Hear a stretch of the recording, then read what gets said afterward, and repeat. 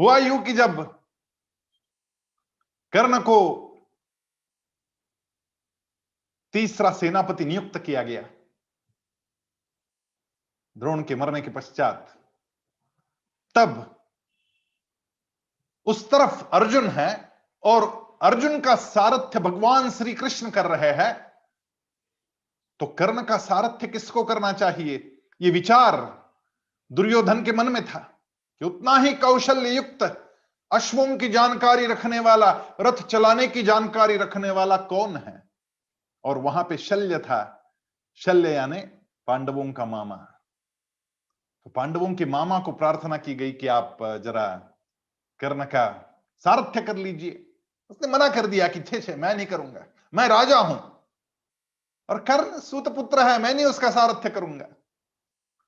अब ये शल्य की चाबी कहां है ये दुर्योधन को पता थी। तो दुर्योधन ने फिर शराब मंगाई, उसको पिलाई और राजी कर लिया कि वो कर्ण का सारथ्य करेगा।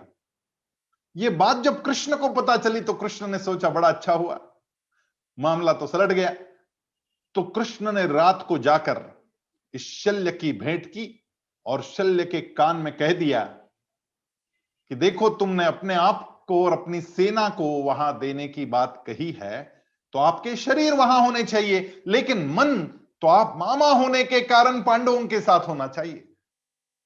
अब शल्य को जब वो सुध में आया तो ये बात भी समझ में आई कि बात तो सही कह रहे हैं कृष्ण।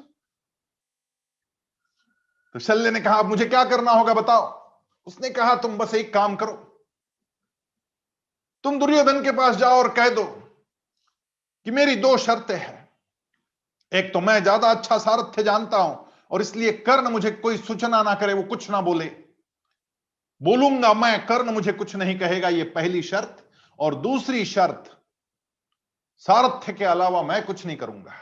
यदि कर्ण मुझे कह दे कि और कुछ काम कर, मैं नहीं करूंगा ये काम। बस ये दो काम कर ले। और तो और अर्जुन तेरा भांजा है और कर्ण को लेकर तू आ रहा है, तो इसका मनोबल जरा नीचे कर देना। शल्य को बात समझ में आ गई।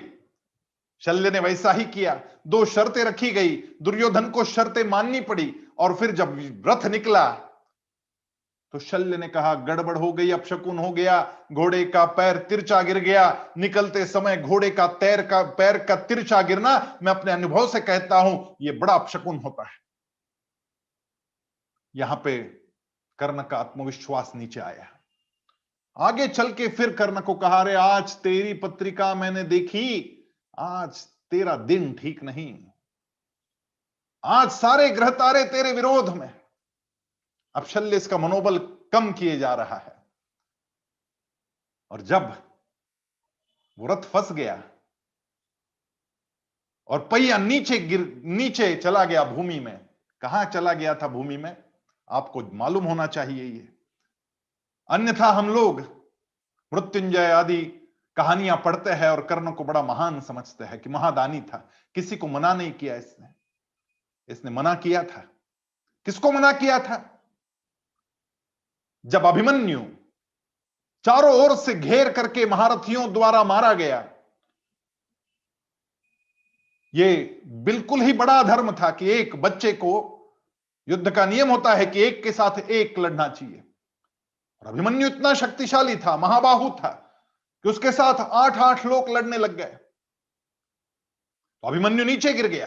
पीछे से वार करने वाला कर्ण है, और जब वो नीचे गिर गया और पानी पानी करने लग गया, तो मरता आदमी जब पानी मांगता है तो उसको पानी देना सबका धर्म बनता है। वो हमारा शत्रु भी हो और वो मर रहा है और पानी मांग रहा है तो पानी देना चाहिए। और पानी वहां पर था, वहीं पर एक गड्ढा था जिस गड्ढे में बड़ा साफ पानी था। वो पानी पिला सकता था, लेकिन कर्ण ने पानी नहीं दिया। इस दान से कर्ण फिर गया और आज तक किए गए सारे दान व्यर्थ हो गए, क्योंकि मरने वाले आदमी को पानी नहीं पिलाया कर्ण ने।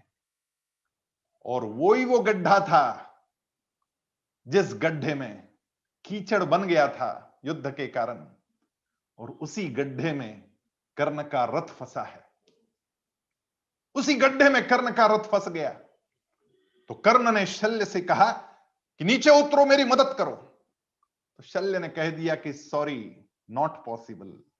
मेरी शर्तें थी दो, एक शर्त थी कि मैं बोलूंगा तुम नहीं बोलोगे, दूसरी शर्त थी मैं केवल रथ चलाऊंगा, बाकी कुछ नहीं करूंगा, तुम जानो, तुम्हारा रथ जानो, मैं तो यहां बैठा हूं। ये गड़बड़ हो गई, एक शल्य के कारण कर्ण का पराभव हुआ। शल्य भी उसको बड़ा कारण है।